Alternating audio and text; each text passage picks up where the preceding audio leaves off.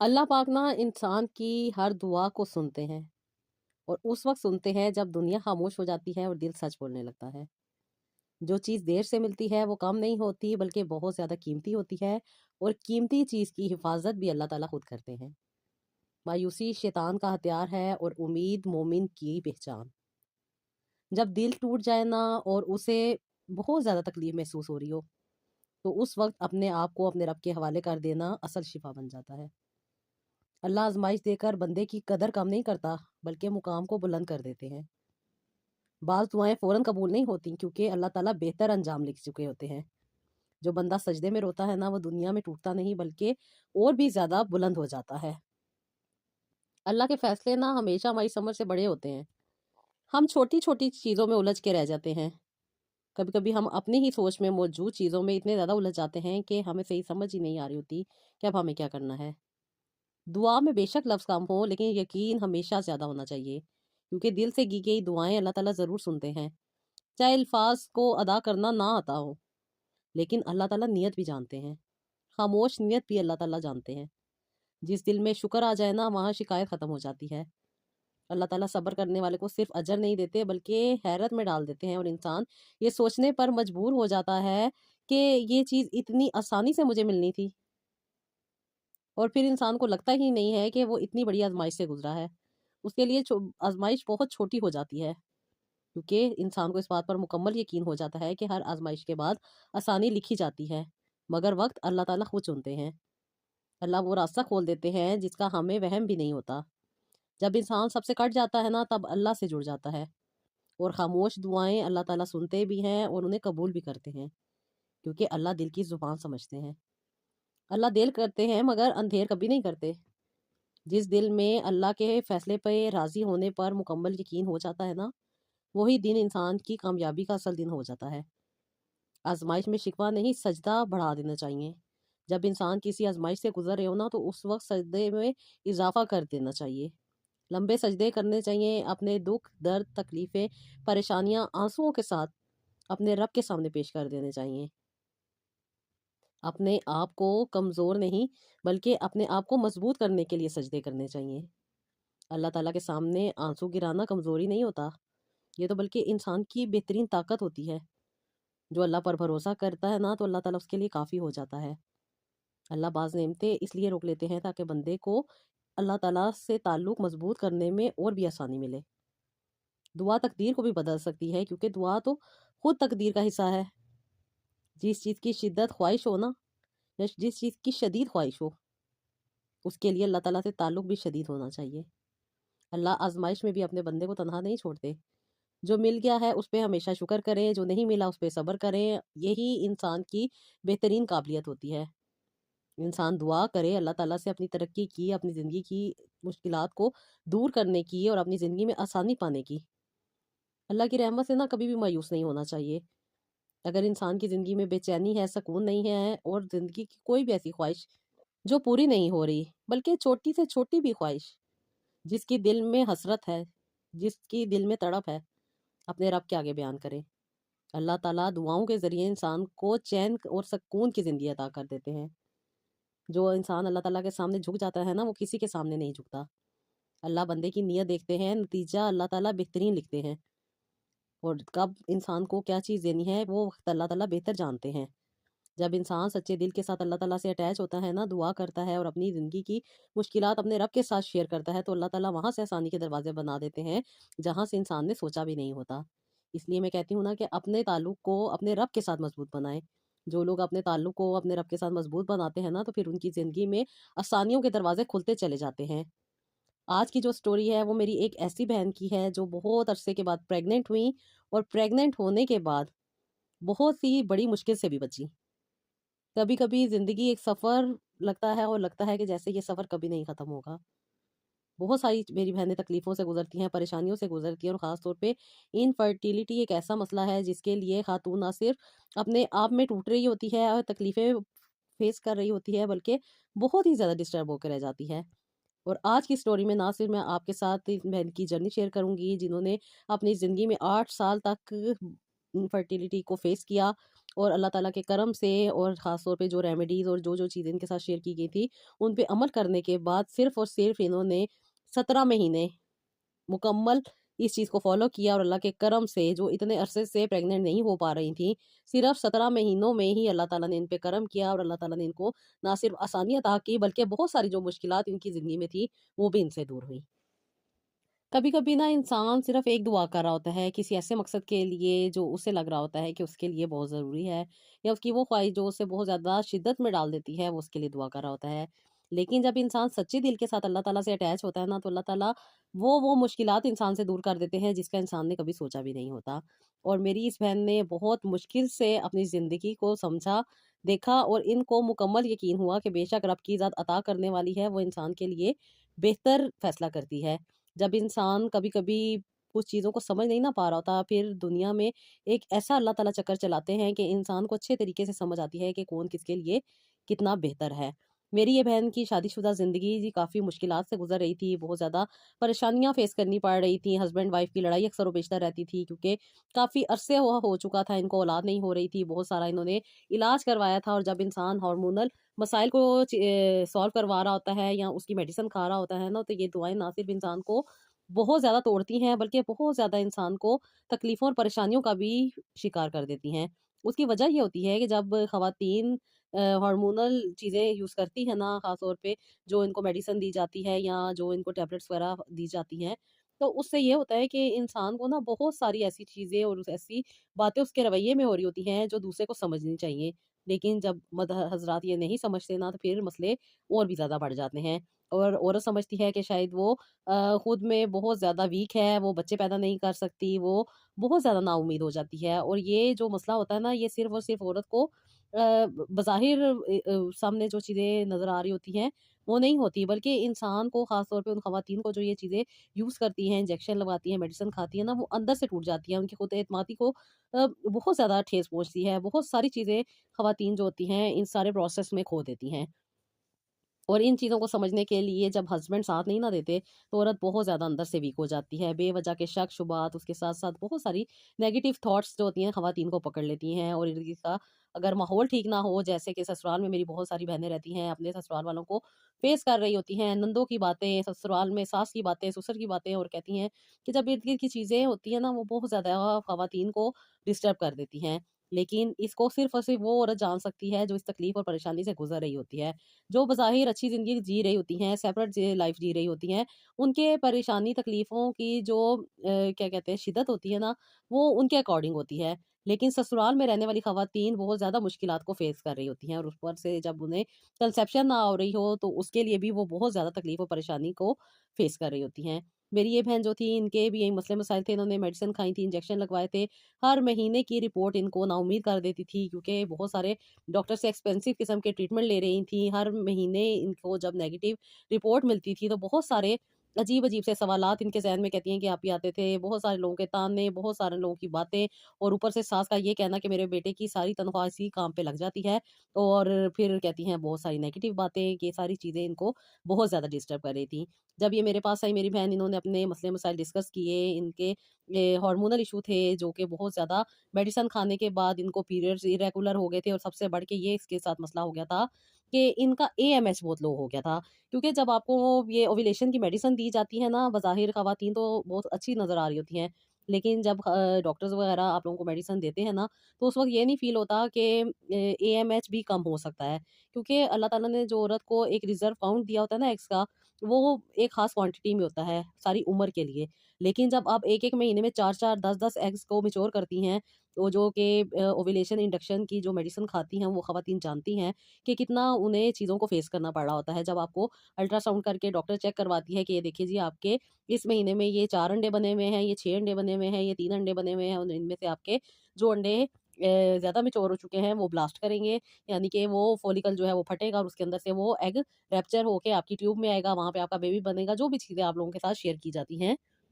वो सारी चीज़ें। ये मेरी बहन काफ़ी अरसे से इलाज करवा रही थी और रेगुलर बेसिस पे मेडिसिन लेती थी। इनके एग मैच्योर किए जाते थे, फिर इनको ओव्यूलेशन के लिए जो मेडिसिन दी जाती थी, वो यूज़ करती थी। फिर इनको इनफर्टिलिटी का जो प्रॉब्लम इतने अरसे तक फेस करना पड़ा, कहती हैं फिर आप ही मैंने सारे इलाज छोड़ दिए क्योंकि कोई फ़ायदा नहीं हो रहा था। इन सारे ट्रीटमेंट्स के लेने के बावजूद भी कहती हैं कि मुझे कंसेप्शन नहीं हो रही थी और घर का माहौल ऐसा नहीं था कि मैं इसको कंटिन्यू कर सकती। कहती हैं कि मैंने अभी 5 साल तक डॉक्टर से इलाज करवाया और उसके बाद मैंने घर में खुद से सेल्फ मेडिकेशन स्टार्ट कर दी।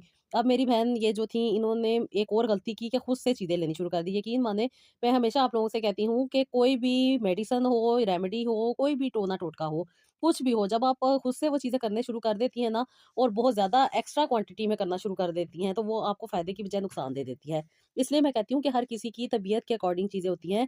आप अपनी पर्सनल गाइडलाइन ले लिया करें। अगर आपने अपनी ज़िंदगी का फ़ैसला अच्छा नहीं ना करना, तो फिर आपकी ज़िंदगी का भी कोई फ़ायदा नहीं होने वाला। इंसान अपने लिए खुद ही आसानियाँ बनाता है और इंसान अपने लिए खुद ही मुश्किलात बनाता है। जब आप खुद से चीज़ें लेने लग जाती हैं ना, तो वो आपको और भी मुश्किल में डाल देती हैं। ख़ैर इन बहन ने भी बहुत सारी चीज़ें खुद से लेनी शुरू कर दी थी, बहुत सारी चीज़ें ये यूज़ करती थी, जिसकी वज़ह से कहती हैं कि अभी मुझे बहुत ज़्यादा ये मेरे जो पीरियड्स थे, वो मुझे बहुत कहती हैं कि ओवरफ्लो होने लग गया और कहती हैं कि महीने में मुझे 2-2 3-3 दफ़ा भी पीरियड्स आ जाते थे। कहती मेरे लिए ये नॉर्मल बात थी क्योंकि कहती हैं कि मुझे लगता था कि शायद मैं कंसीव कर जाऊँगी, लेकिन कहती हैं कि फिर मुझे अभी बहुत ज़्यादा वीकनेस होने लग गई। फिर मैंने डॉक्टर को चेक करवाया, डॉक्टर के पास गई, डॉक्टर ने मुझे मल्टीविटामिन्स दिए, उन्होंने मुझे बहुत सारी मेडिसिन दी क्योंकि कहती हैं अभी मेरा बहुत ज़्यादा ब्लड लॉस हो चुका था, उसके साथ-साथ कहती हैं कि मुझे बहुत ज़्यादा वीकनेस फ़ील होती थी।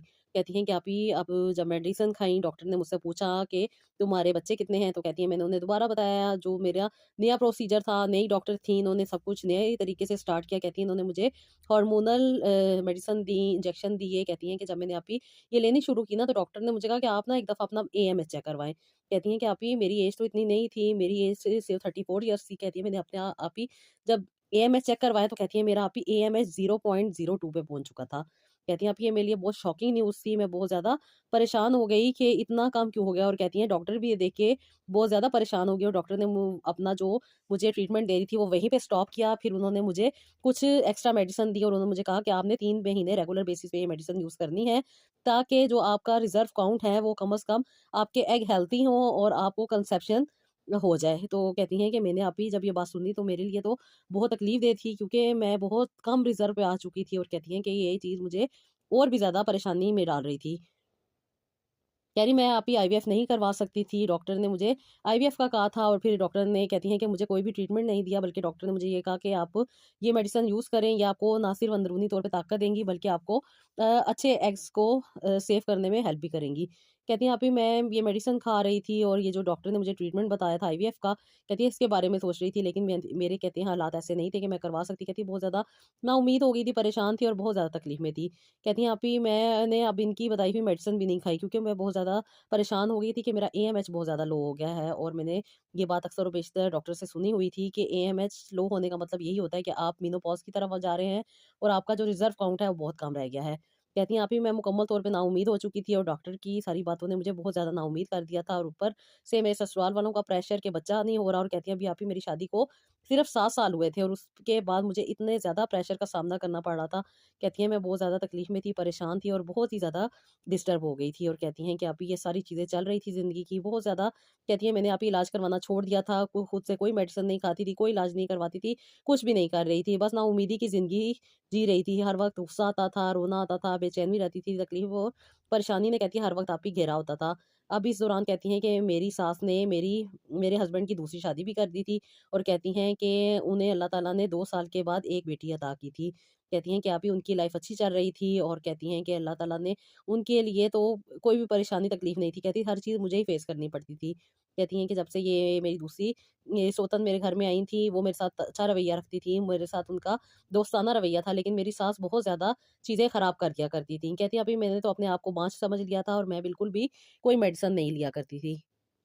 तकलीफ़ थी, बहुत ज़्यादा कहती हैं मैं परेशानी में थी और बहुत ज़्यादा कहती हैं कि अपने आप पे मुझे तरस आता था और कभी-कभी मुझे बहुत ज़्यादा अल्लाह ताला से गिले-शिकवे होते थे कि अल्लाह ताला ने इस तकलीफ़ और परेशानी के लिए मुझे ही रखा था या मुझे ही अल्लाह ताला ने औलाद नहीं देनी थी। कहती हैं मैं अक्सर और बेशतर आप ही अल्लाह ताला से इसी तरह गिले-शिकवे किया करती थी और कहती हैं कि मैं बहुत ज़्यादा आप ही नाउम्मीद सी हो गई थी। मैं अल्लाह ताला से हमेशा ये पूछती थी कि क्या अल्लाह पाक मुझे कभी औलाद नहीं होगी या मुझे ये इस तकलीफ़ और परेशानी को हमेशा फ़ेस करना पड़ेगा। कहती हैं कि आप ही बस इसी तरह के गिले-शिकवे किया करती थी और कहती है इस दौरान आप ही मैं आपकी वीडियोज़ देखा करती थी। कहती हैं कि आप ही काफ़ी अरसा हो चुका था मेरी शादी को 13 साल गुज़र चुके थे, अभी तक मुझे औलाद नहीं हुई थी। मेरी जो कहती हैं कि सोतन थी उनको अल्लाह ताला ने 1 बेटी और 2 बेटे अता कर दिए थे। कहती हैं कि मेरे हस्बैंड की फैमिली मुकम्मल हो गई थी, वो मुझे यही कहते थे ये तुम्हारी औलाद है तुम क्यों परेशान होती हो? लेकिन कहती हैं कि आप ही मुझे खुद से बहुत ज़्यादा तकलीफ़ होती थी और मैं चाहती थी अल्लाह ताला मुझे औलाद अता करे। कहती हैं कि आप ही मेरी सोतन ने ही मुझे आपके चैनल के बारे में बताया था कि आप ही की वीडियो देखा करें, अल्लाह ताला ज़रूर करम करेंगे।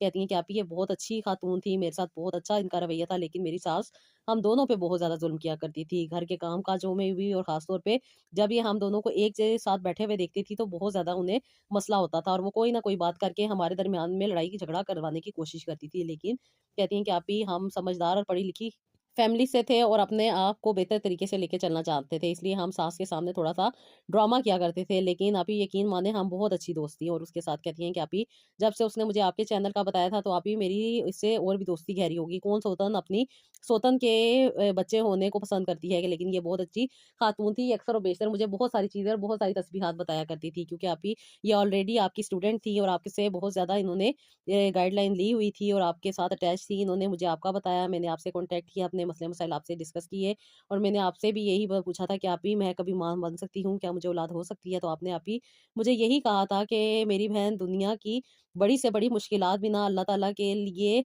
बहुत छोटी हो जाती है। छोटी क्या हो जाती है? बिल्कुल ही एक ज़र्रे से भी बहुत कम हो जाती है। अल्लाह ताला के यहाँ किसी भी चीज़ की कोई कमी नहीं है। अल्लाह ताला हर चीज़ पे कादिर हैं। उन्होंने कुन कहना है और सारे मसले-मसाइल और सारी चीज़ें जो हैं वो हल हो जानी हैं। तुम्हें परेशानी ही लेने की ज़रूरत नहीं है। बस अपने रब से अपने ताल्लुक को मज़बूत कर लो और फिर देखो तुम्हारे लिए कहाँ-कहाँ से अल्लाह ताला आसानियाँ देंगे। कहती हैं आप ही आपकी इस बात ने मुझे बहुत ज़्यादा मोटिवेशन दी, मुझे बहुत ज़्यादा कहती हैं आप ही तसल्ली मिली और मुझे लगा कि बेशक, बेशक मेरा रब मुझे ज़रूर रहनुमाई भी अता करेंगे और अल्लाह ताला मेरे लिए आसानियों के दरवाज़े भी खोलेंगे।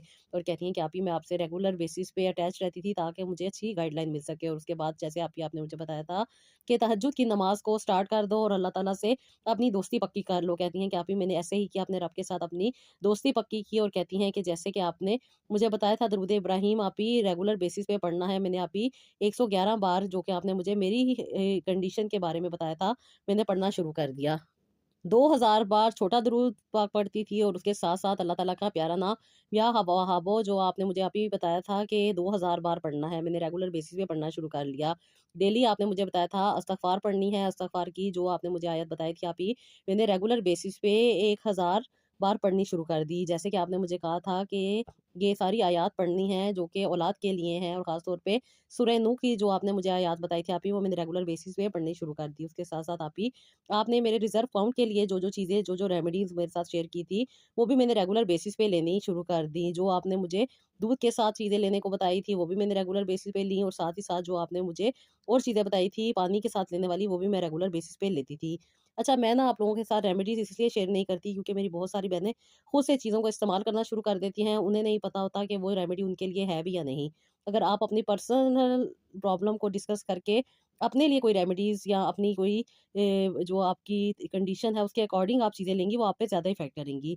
इसलिए मैं अब कोशिश यही करूँगी कि मैं यहाँ पे वो चीज़ें मेंशन ना किया करूँ क्योंकि मेरी बहुत सारी बहनें खुद से लेना शुरू कर देती हैं और फिर मुझे बताती हैं कि उसके कुछ साइड इफ़ेक्ट्स हो जाते हैं। तो मैं यही कोशिश करती हूँ कि हमेशा आपको आपके अकॉर्डिंग बताऊँ और मैं अपनी वीडियोज़ में भी ये बताती हूँ कि आपने वही चीज़ें यूज़ करनी है जो आपके अकॉर्डिंग हो। किसी की सुनी-सुनाई बात पे अमल नहीं करना बल्कि अपनी सिचुएशन, अपनी तबीयत, अपनी रिपोर्ट्स के अकॉर्डिंग आपने चीज़ों को ऐड करना है।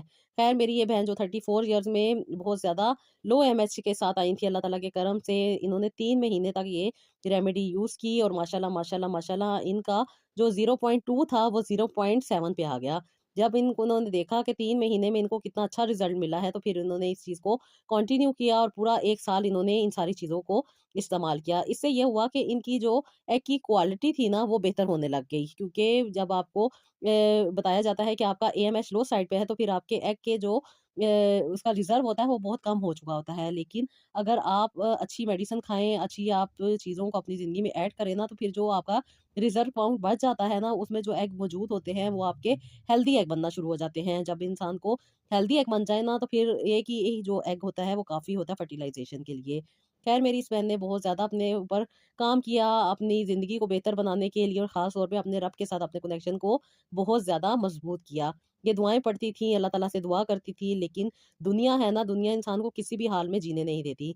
माशाल्लाह, माशाल्लाह मेरी बहन ने कंसीव किया, पूरे 15 महीने के बाद इन्होंने मुझे बताया था कि आपी मेरी रिपोर्ट्स भी ठीक आई हैं, और मुझे बहुत ज़्यादा कहती हैं कि आपी अपनी लाइफ़ में आसानी फ़ील होती है। जब इंसान को छोटी-छोटी चीज़ों में अल्लाह ताला की रहमत नज़र आनी शुरू हो जाती है ना, तो बस समझ लें कि बस आपका कनेक्शन अल्लाह ताला से मज़बूत हो गया है, और अब आपकी ज़िंदगी के जो भी मसाइल हैं ना, वो सब के सब अल्लाह ताला गैब की मदद से हल कर देंगे। और आपने अपने दिल को साफ़ रखना है, अपनी ज़िंदगी को वैसे ही लेके चलना है जैसे कि इंसान अपनी ज़िंदगी को लेके चलने का हक रखता है। कोशिश करनी चाहिए, हम वैसे कर नहीं पाते कि जैसे कि हमें करना चाहिए, लेकिन इंसान की थोड़ी-थोड़ी कोशिश भी जो होती है ना, वो बहुत बड़ी अल्लाह ताला कर देते हैं एक ना एक दिन। ख़ैर मेरी इस बहन ने बहुत ज़्यादा इलाज भी किया था, बहुत ज़्यादा इन्होंने दुआएँ भी की, और साथ ही साथ जब अल्लाह ताला ने इनको ये खुशखबरी सुनाई कि ये साहिबे उम्मीद हैं, तो कहती हैं कि ये मेरे ख़ानदान में तो एक मुअज़्ज़ा ही था, क्योंकि मैं बहुत सारे इलाज करवा चुकी थी, और उसके साथ-साथ कभी नहीं किसी ने सुना था कि लो एमएच के साथ किसी ने कंसीव किया है। और कहती हैं जब ये मेरे ख़ानदान में बात पता चली, क्योंकि मैंने अपनी सास को बताया, तो मेरी सास ने पूरे ख़ानदान में कहती हैं ढिंढोरा पीट दिया, और उसके बाद कहती हैं कि अभी बहुत सी चीज़ें मेरी लाइफ़ में डिस्टर्ब होके रह गई। कहती हैं मेरी नंदों ने मेरे लिए एक अजीब-सा कहती हैं कि माहौल बना दिया, और इसी दौरान कहती हैं कि मेरे और मेरे हस्बैंड से बहुत ज़्यादा लड़ाई-झगड़ा हो गया। कहती हैं मैं अभी बहुत ज़्यादा परेशान रहती थी, बहुत ज़्यादा तकलीफ़ में रहती थी, और कहती हैं इसी दौरान अभी मैं घर से निकली, और घर से निकलने के बाद कहती हैं कि मैंने अभी अपने वालिदैन के घर जाने का सोच लिया। कहती हैं मुझे अभी 7वाँ महीना चल रहा था, इस दौरान बहुत ज़्यादा घर में मसले-मसाइल बढ़ गए थे, और कहती हैं कि मैं बहुत ज़्यादा डिस्टर्ब हो गई थी। अब मैं चाहती थी कि अल्लाह ताला ने जो इतनी बड़ी नेमत मुझे अता की है, तो मैं कोई तकलीफ़ परेशानी नहीं लेना चाहती थी, क्योंकि डॉक्टर ने मुझे यही कहा था कि आप बहुत ज़्यादा सेंसिटिव हैं, इसलिए आपने स्ट्रेस से दूर रहना है। लेकिन कहती हैं जब से मेरी नंदें आई थी, तो अभी घर में बहुत ज़्यादा हलचल रहती थी, कभी किसी बात पे लड़ाई, कभी किसी बात पे लड़ाई। कहती हैं कि आप ही मुझे अपनी वालदा के घर जाना था, और वो आउट ऑफ कंट्री रहती थी। कहती हैं मैं और मेरे हस्बैंड आप ही जब यहाँ से निकले, तो हम एम4 मोटरवे पे थे। कहती हैं मैं बहुत ज़्यादा भी बेचैन थी, बहुत ज़्यादा मेरा दिल घबरा रहा था, और मैं समझ रही थी शायद ये सारा माहौल मेरे घर की वजह से। और कहती हैं इस दौरान मैं बहुत ज़्यादा तकलीफ़ और परेशानी को फ़ेस कर रही थी। बहुत ज़्यादा कहती हैं नेगेटिव थॉट्स मेरे माइंड में चल रही थी। और कहती हैं कि अचानक ही आप ही यहाँ पे ना हमारे सामने वाली जो गाड़ी थी उसका बहुत बुरा एक्सीडेंट हो गया। कहती हैं कि आप ही जब मेरे हस्बैंड ने ब्रेक लगाई, और कहती हैं कि मैं अचानक से कहती हैं कि आप ही यहाँ पे बेहोश हो गई, मुझे नहीं पता कि मेरे साथ क्या हुआ। मैं बहुत ज़्यादा परेशान थी, बहुत ज़्यादा तकलीफ़ में थी, और कहती हैं कि आप ही जब मेरी ये कंडीशन मेरे हस्बैंड ने देखी, और कहती हैं वो भी बहुत ज़्यादा परेशान हो गए, और सामने कहती हैं कि इतना बड़ा एक्सीडेंट हुआ हुआ था। कहती हैं ये सारी चीज़ें देख के मुझसे तो बर्दाश्त नहीं हुआ, और कहती हैं मैं बेहोश हो गई। ऊपर से जब मेरे हस्बैंड ने मुझे इस हालत में बेहोश देखा, और इतना ज़्यादा ये जो कहती हैं कि एक्सीडेंट की वजह से चीखें, शोर, और बहुत ज़्यादा टेंशन का माहौल था, ये सारी चीज़ें देख के मैं बहुत ज़्यादा डिस्टर्ब होने की वजह से बेहोश हो गई थी, और मेरे हस्बैंड भी बहुत ज़्यादा कहती हैं परेशान हो गए। कहती हैं लेकिन अल्लाह अल्लाह करके कहती हैं कि मैं अभी हॉस्पिटल पहुँची, और यहाँ पे डॉक्टर ने मुझे ऑपरेट किया, और अल्लाह ताला ने मुझे एक बेटी से नवाज़ दिया। कहती हैं कि आप ही मैं इतनी बड़ी मुश्किल, तकलीफ़, परेशानी में इस सिचुएशन से गुज़री, और 7वें महीने में ही अल्लाह ताला ने मुझे औलाद अता कर दी। कहती हैं कि आप ही ये मेरी ज़िंदगी का बहुत बड़ा कहती हैं कि मौजज़ा था कि मैं इतनी बड़ी मुश्किल से बची। खुदा ना ख़वास्ता मोटरवे पे मेरा भी एक्सीडेंट हो सकता था, और कहती हैं कि जिस हालत में मैं जा रही थी, ये तो और भी ज़्यादा बहुत ही नाज़ुक हालत थी। और कहती हैं कि जब आप ही मैंने अपनी बेटी को देखा, तो मैं हर दुःख, तकलीफ़, परेशानी को भूल गई। ये अल्लाह ताला का करम था। बेशक, बेशक अल्लाह ताला आसानियाँ अता करने वाले हैं, देने वाले हैं।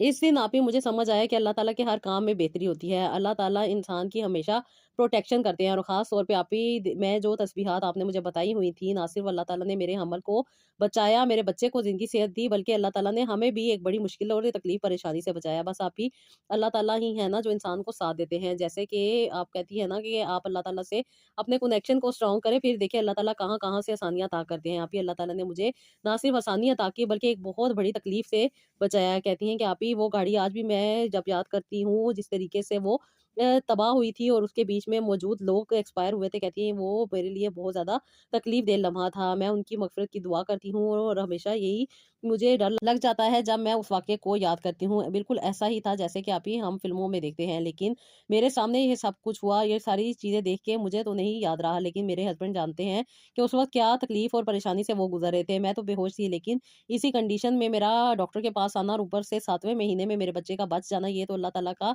एक बहुत बड़ा मौजज़ा है। एक तो इतने अरसे के बाद अल्लाह ताला ने मुझे औलाद अता की और उसके साथ कहती है कि 7वें महीने में ही मेरे पास अल्लाह ताला ने ज़िंदगी, सेहत और तंदुरुस्ती वाली औलाद नसीब की। कहती हैं कि आप ही कुछ टाइम पीरियड हमारा थोड़ा-सा मुश्किल से गुज़रा, लेकिन अल्लाह ताला का शुक्र है आज मेरी बेटी बिल्कुल ठीक है और अल्लाह के करम से हम भी उस हादसे से महफूज़ रहे। ये अल्लाह ताला का करम था। बेशक आप ही दुआएँ अल्लाह ताला के साथ एक राब्ता बना देती हैं और जब अल्लाह ताला के साथ वो राब्ता बन जाता है ना, तो इंसान की ज़िंदगी की हर मुश्किलात आसानी में बदल जाती हैं और बड़ी से बड़ी मुश्किलात में भी अल्लाह ताला इंसान को बचा लेते हैं। ये अल्लाह ताला का ना सिर्फ़ करम था, बल्कि अल्लाह ताला ने मुझे बेहतरीन सी ज़िंदगी भी अता की। एक अच्छा साथी तो था ही मेरे साथ-साथ। कहती हैं कि आप ही इस हादसे के बाद और ख़ास तौर पे मेरी बेटी के घर में आने के बाद मेरी सास का रवैया भी काफ़ी हद तक बदल चुका है और कहती हैं कि आप ही अब मेरे घर में वो तकलीफ़ परेशानियाँ मुझे परेशानियाँ नहीं लगती, बल्कि उनको फ़ेस करना मुझे आ गया है। शायद ये अल्लाह ताला इंसान को सिखाना चाहते हैं और उस तकलीफ़ परेशानी से निकालते हैं, जिससे इंसान बहुत ज़्यादा तकलीफ़ में आ रहा होता है। मुझे अब अपने ससुराल का माहौल बुरा नहीं लगता, बल्कि मैं इसमें एडजस्ट कर रही हूँ और अल्लाह से यही दुआ करती हूँ कि अल्लाह ताला